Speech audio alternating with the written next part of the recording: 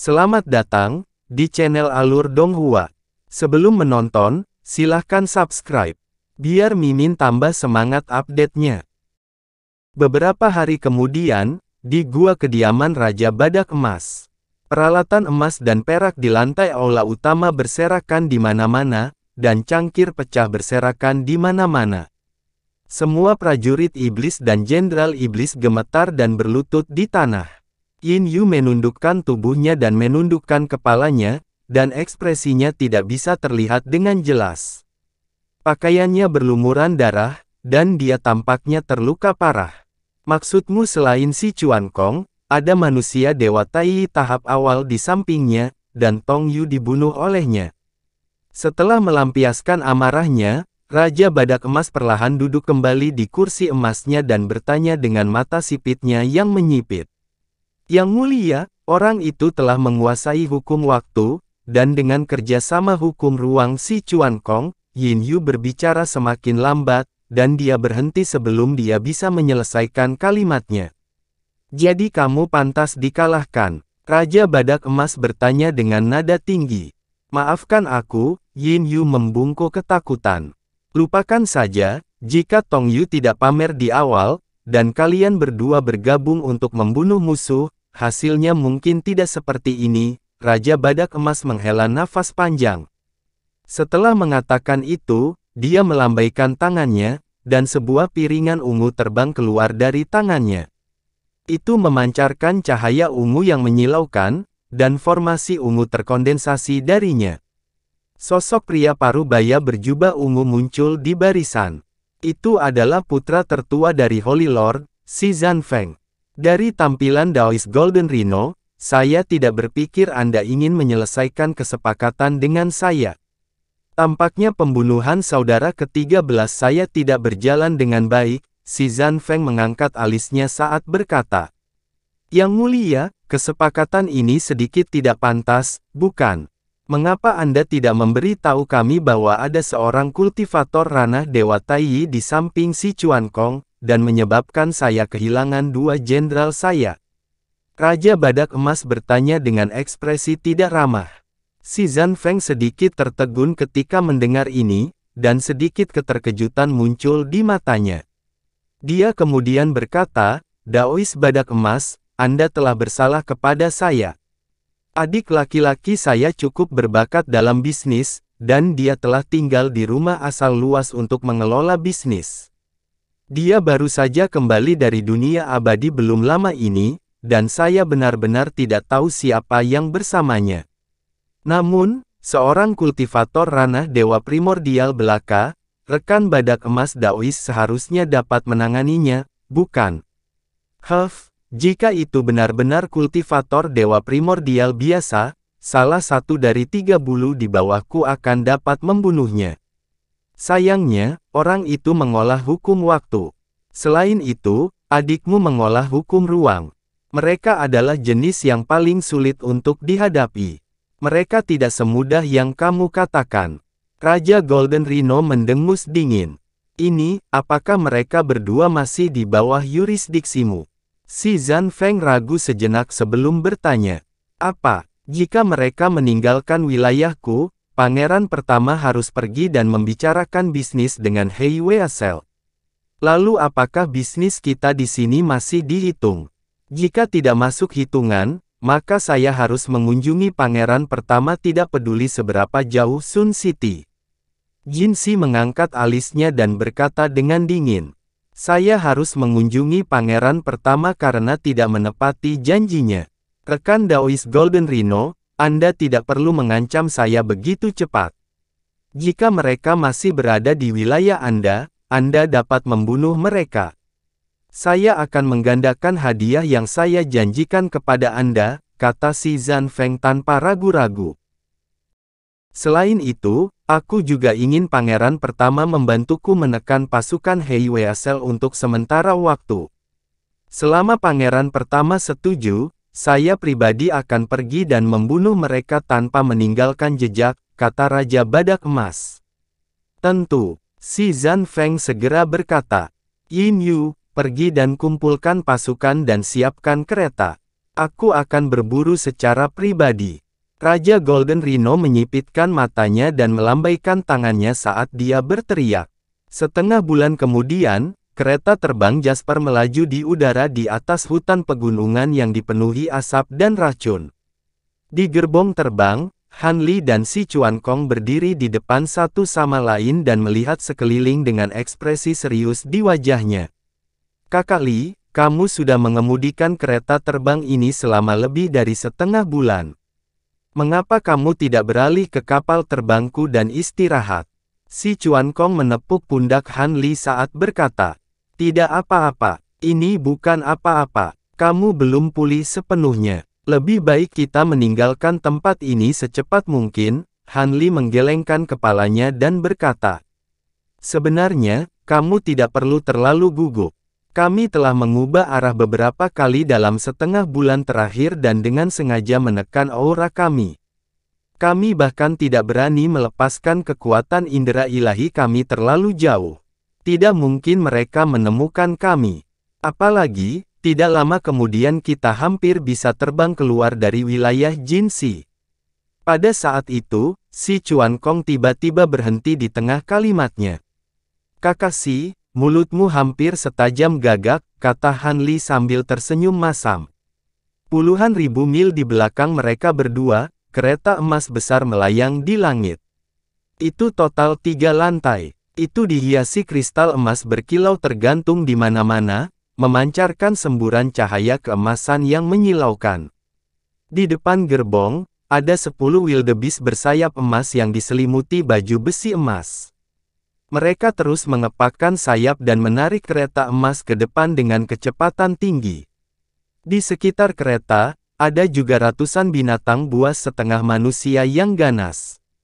Mereka juga mengenakan baju besi emas dan berkerumun di sekitar kereta. Prosesi itu tidak kalah dengan kereta kekaisaran dunia sekuler. Jinxi benar-benar mengejar kita secara pribadi. Si Chuankong buru-buru memindai bagian belakang dengan indera ilahi dan berkata dengan sedikit terkejut. Seorang kultivator ranah Zenith Heaven untuk sementara bukanlah seseorang yang bisa kita lawan, kata Han Li dengan cemberut. Setelah mengatakan itu, dia mengubah tanda tangannya dan kekuatan spiritual surgawi melonjak keluar dari tubuhnya. Dia mengendarai kereta giok terbang untuk meningkatkan kecepatannya dan menghilang dalam sekejap. Huff, masih berusaha melarikan diri, Raja Jinxi berdiri di belakang pagar pembatas kereta dan mendengus dingin. Yin Yu, yang mengenakan jubah putih, berdiri di sampingnya dengan ekspresi muram. Pada saat ini, Raja Jinxi mengangkat tangannya lalu melambai. Jubah longgar yang dia kenakan dengan sulaman 9 naga emas di atasnya menyala. Manset jubah bersinar dengan cahaya keemasan dan 9 naga emas berenang dari semua bagian jubah ke dalam mansetnya. Borgol yang dipenuhi dengan cahaya keemasan segera melebar beberapa ratus kali lipat. Itu seperti mulut raksasa yang bisa menelan langit dan menutupi kehampaan di depan. Kekosongan puluhan ribu mil tampaknya hanya 1 inci. 9 naga emas yang berkumpul di borgol berenang dengan sekuat tenaga. Hanya dalam 10 napas, mereka sudah berada di atas kepala Han Li dan Si Chuankong. Han Li dan Si Chuankong terkejut saat mengetahui bahwa langit di atas mereka tiba-tiba menjadi gelap. Mereka merasakan tekanan kuat turun dari atas. Kereta giok terbang bergetar hebat dan bergoyang ke atas dan ke bawah. Itu sebenarnya sedikit di luar kendali dan tidak stabil. Di dalam borgol, pusaran emas lainnya menyala dan ada kekuatan hisap yang kuat darinya.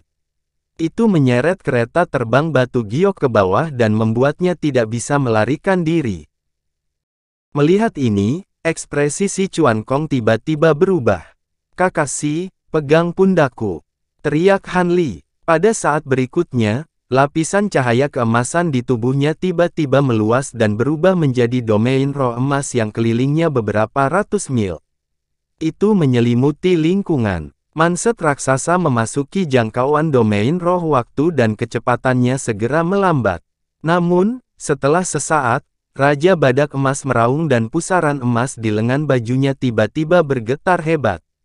Semburan kekuatan yang sangat besar meletus darinya, secara langsung menyebabkan ruang di domain roh beriak.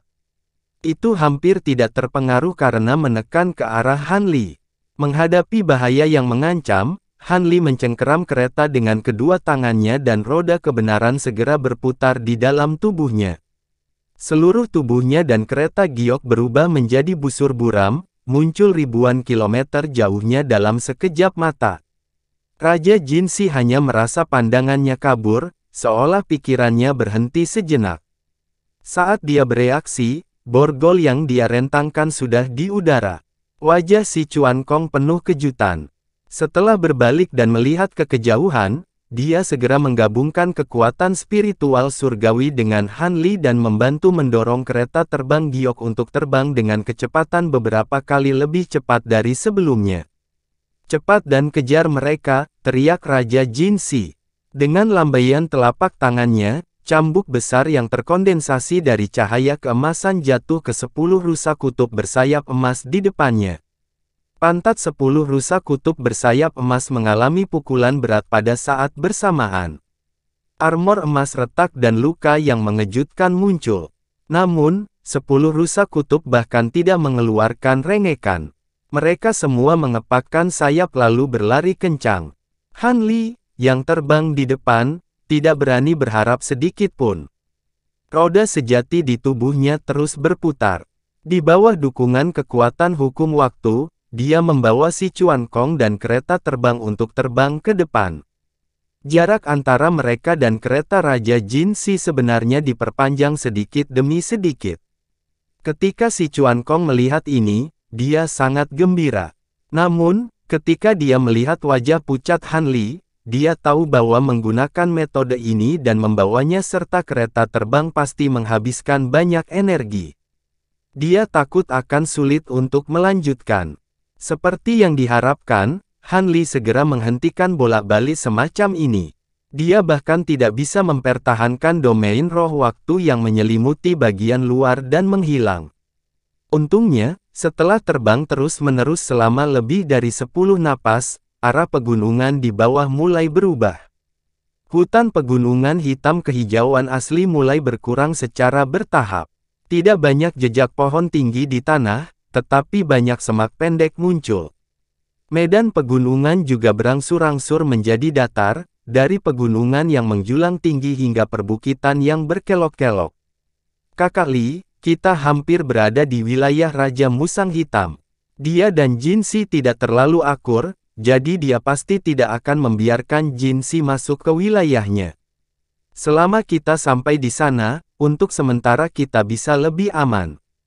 Si Chuan Kong berteriak kegirangan. "Lawan adalah binatang buas ranah Zenith Heaven. Kita tidak boleh ceroboh."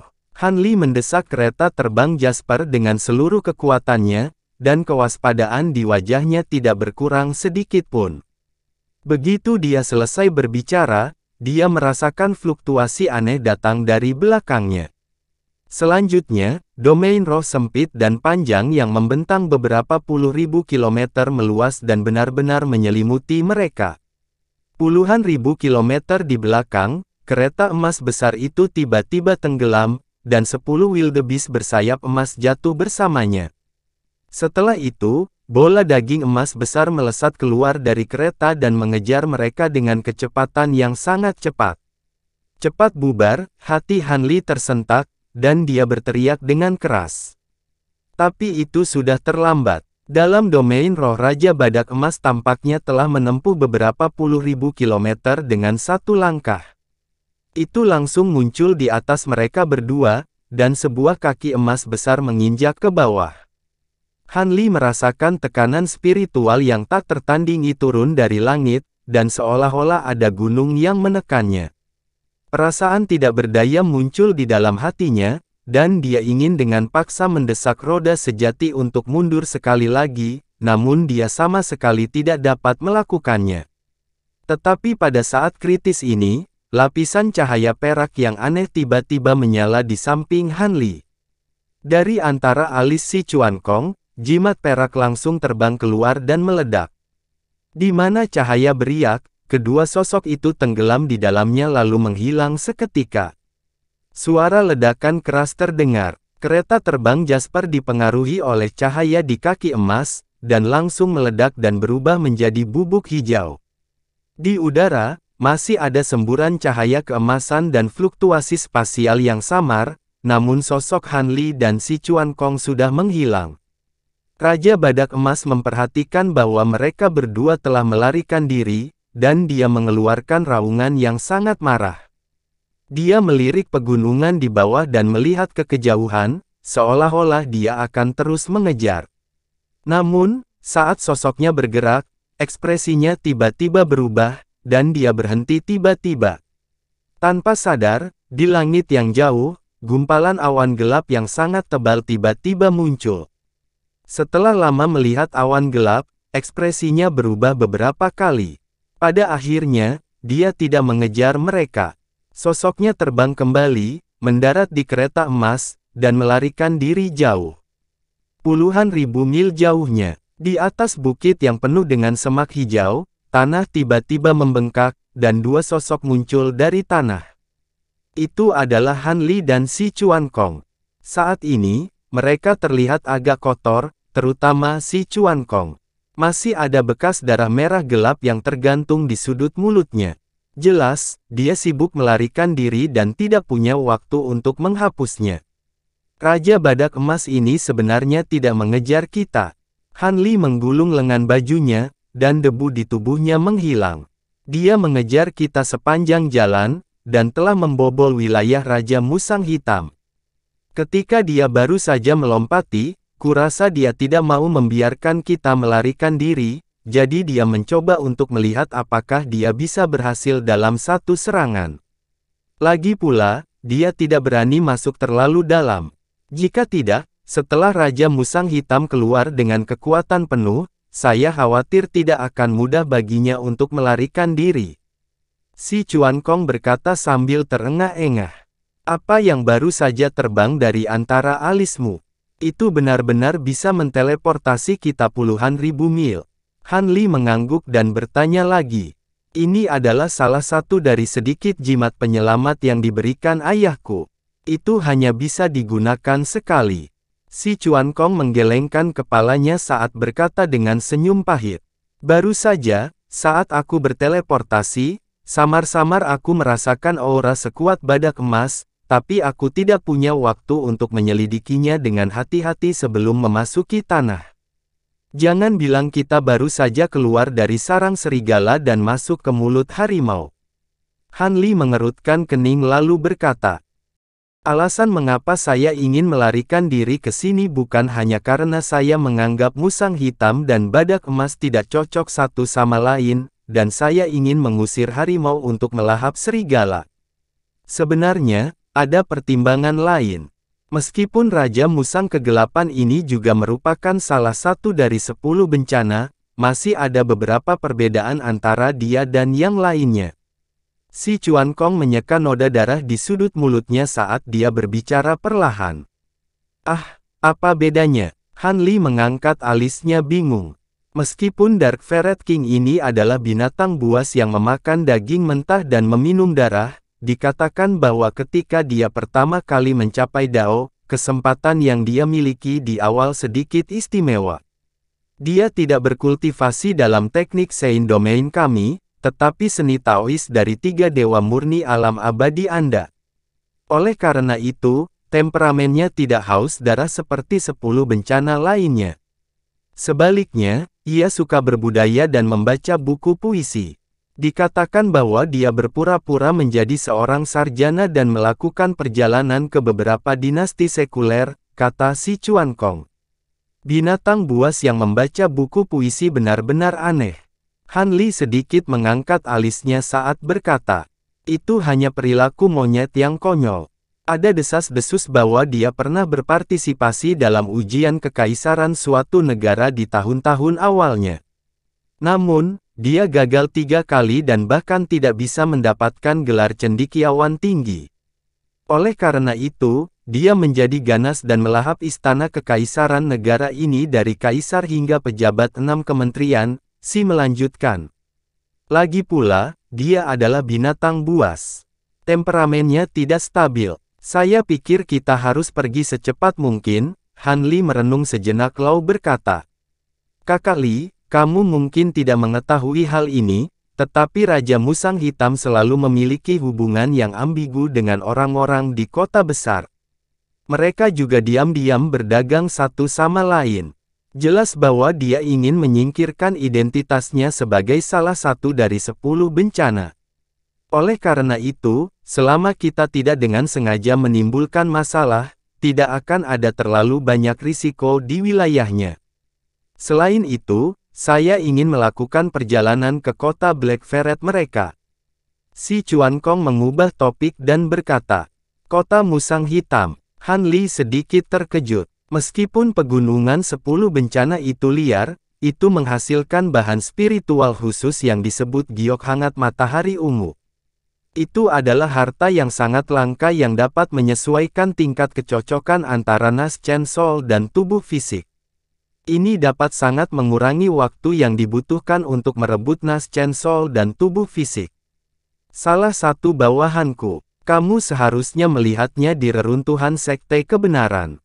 Dia rekan Feng Lin. Dia membutuhkan barang ini. Apalagi item ini juga bisa bermanfaat bagi jiwa. Mungkin itu bisa membangkitkan rekan Whipping Soul, si Chuan Kong menjelaskan. Setelah mendengar ini, Han Li ragu sejenak dan membuka mulutnya untuk bertanya. Aku bukan anggota ras iblis. Bukankah ini akan menimbulkan masalah? Si Chuan Kong tersenyum dan berkata, Kakak Li, jika saya tidak salah, Anda pernah berkultivasi di ras iblis sebelumnya, bukan? Hanya sedikit mengekspos aura teknik kultivasi Anda. Bahkan jika kamu tidak menumbuhkan sisik dan tanduk, itu akan tetap baik-baik saja, kata si Chuan Kong sambil tersenyum. Ketika Han Li mendengar ini, dia diam-diam mengedarkan seni Provenance True Devil. Cahaya keemasan melintas di permukaan tubuhnya dan sisik keemasan muncul di bagian kulitnya yang terbuka. Kalau begitu tidak ada masalah. Ayo pergi. Masih ada jalan panjang sebelum kita mencapai Black Ferret City. Rekan Li, kereta terbangmu telah dihancurkan, jadi kamu bisa naik Crow Divinity Flying Shuttle. Kamu juga bisa mengambil kesempatan untuk beristirahat. Si Chuan Kong berkata dan melambaikan tangannya. Sebuah bola cahaya hitam menyala dan pesawat ulang-alik hitam legam muncul. Seluruh tubuhnya bersinar dengan cahaya hitam dan badan pesawat ulang-alik itu diukir dengan pola hitam berbentuk burung. Sepertinya tidak kalah dengan Jade Flying Kyriage. Kalau begitu aku tidak akan sopan. Han Li tersenyum dan melompat ke kapal terbang. Si Chuan Kong juga terbang dan membentuk gerakan mantra. Permukaan Crow Divinity Flying Shuttle berkelebat dengan cahaya hitam dan berubah menjadi bayangan hitam yang menembus langit dan terbang ke barat laut. Dalam sekejap mata, lebih dari sebulan telah berlalu. Meski tidak ada pengejar, si Chuan Kong dan Han Li tidak santai. Mereka terus bergegas dengan kecepatan penuh dan akhirnya tiba di tempat tujuan. Area yang diperintah oleh Black Ferret King dekat dengan tepi pegunungan 10 bencana. Jumlah binatang buas di sini jelas jauh lebih sedikit daripada di wilayah Badak Emas.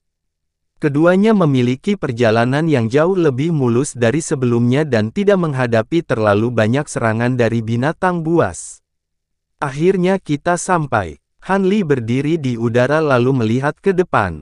Dia melihat ada sebuah danau besar yang membentang sejauh mata memandang beberapa kilometer ke depan. Air danau berwarna ungu tua, dan terlihat sangat aneh. Meski air danau itu aneh, sepertinya tidak berbahaya. Ada banyak ikan dan udang di danau dan tumbuhan air berwarna hijau tua mengapung di permukaan danau dari waktu ke waktu. Seluruh tempat tampak penuh vitalitas. Danau ini disebut Danau Fen Ungu. Dikatakan bahwa danau ini kaya akan sejenis giok fen. Dari situlah ia mendapatkan namanya. Ada urat besar fen giok di dasar danau. Energi vital yang keluar dari pembuluh darah mewarnai seluruh danau menjadi ungu. Giok fen dan giok hangat matahari ungu adalah bahan spiritual yang terkait satu sama lain. Saat menambang fen giok, 1 atau 2 potong giok hangat matahari ungu kadang-kadang akan digali. Ada sangat sedikit Vena Venjade di seluruh wilayah suci. Sejauh yang saya tahu, satu-satunya Vena Venjade besar yang dapat menghasilkan Purple Sun Wam Jade ada di sini. Si Chuan Kong berdiri di samping saat menjelaskan. Kalau begitu, ayo cepat pergi. Han Li mendengar ini dan berkata dengan tidak sabar. The Weeping Soul Beast masih tidak sadarkan diri dan auranya sedikit melemah. Dia tidak memiliki cara lain saat ini dan hanya bisa berharap bahwa Purple Sun Wam Jade akan berguna. Tunggu sebentar, penampilan kita sedikit mencolok. Lebih baik mengubah penampilan kita, kata si Chuan Kong dan bergumam. Lapisan cahaya hitam seperti gelombang tiba-tiba muncul di tubuhnya. Setelah sekejap, surut seperti air pasang. Penampilan si Chuan Kong telah banyak berubah. Dia telah berubah menjadi pria yang kuat dan berwajah hitam. Rambut hitam tumbuh di tangan dan kakinya, dan dia tampak seperti anggota klan serigala di pegunungan 10 bencana. Saat Han Li melihat ini, dia juga membuat segel tangan dan mengubah penampilannya. Setelah kilatan cahaya keemasan, dia berubah menjadi pemuda dengan rambut ungu, mata hijau, dan tanduk. Teknik rahasia transformasi yang dia gunakan sangat luar biasa. Itu juga menambahkan beberapa misteri dari firman langit dan bumi. Ditambah dengan sisik emas yang tumbuh dari Provenance True Devil Technique, bahkan Grand Zenith Heaven mungkin tidak dapat mengenali penampilan aslinya. Setelah mengubah penampilannya, Han Li segera menghentakkan kakinya dan berubah menjadi seberkas cahaya yang terbang menuju kedalaman danau. Sosok si Chuan Kong berkedip, dan dia mengikuti dari belakang. Dengan kecepatan mereka berdua, menempuh jarak ratusan ribu mil dalam sekejap. Pada saat ini, bayangan hitam buram muncul di langit di depan mereka. Dengan cepat menjadi lebih besar, dan ternyata menjadi pulau hitam dengan radius ratusan mil. Sebuah kota besar berdiri di atasnya, dan menempati seluruh pulau. Tembok kota dibangun dengan semacam batu kristal hitam, dan sangat tinggi, dan tingginya ratusan kaki, tampak sangat megah. Beberapa garis ungu terukir di tembok kota, tampaknya semacam pola penguatan, dan memancarkan semburan cahaya ungu. Kota ini adalah Black Ferret City, tempat tinggal Raja Black Ferret. Keduanya melambat karena mereka bukan lagi satu-satunya. Garis-garis cahaya telah muncul di sekitarnya, beberapa dekat dan beberapa jauh. Kapal besar juga muncul di danau di bawah, menuju ke kota di depan. Semakin dekat mereka ke Black Ferret City, semakin banyak garis cahaya dan kapal yang ada.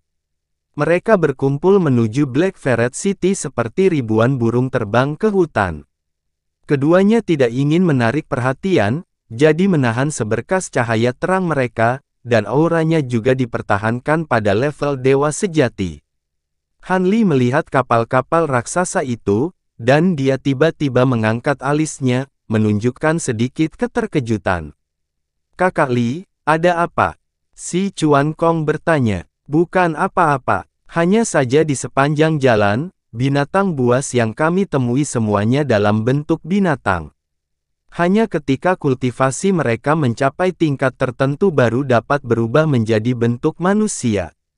Binatang buas di kapal raksasa di bawah semuanya memiliki tingkat kultivasi yang relatif rendah, tetapi mereka semua telah berubah menjadi bentuk manusia. Itu sebabnya saya merasa sedikit aneh," kata Han Li dengan ragu. Ketika binatang buas berkultivasi ke tingkat tertentu, mereka pada dasarnya dapat berubah menjadi bentuk manusia. Namun, karena kekuatan garis keturunan binatang buas itu berbeda, ketika mereka berubah menjadi bentuk manusia, tingkat kultivasi mereka juga berbeda. Secara umum, binatang buas yang dapat berubah menjadi bentuk manusia lebih mudah memiliki tingkat dan kekuatan garis keturunan yang lebih rendah. Binatang buas di kapal raksasa di bawah semuanya adalah ras level rendah. Sebenarnya, bukan hanya binatang buas. Ras lain di wilayah suci juga sama, si Chuan Kong menjelaskan.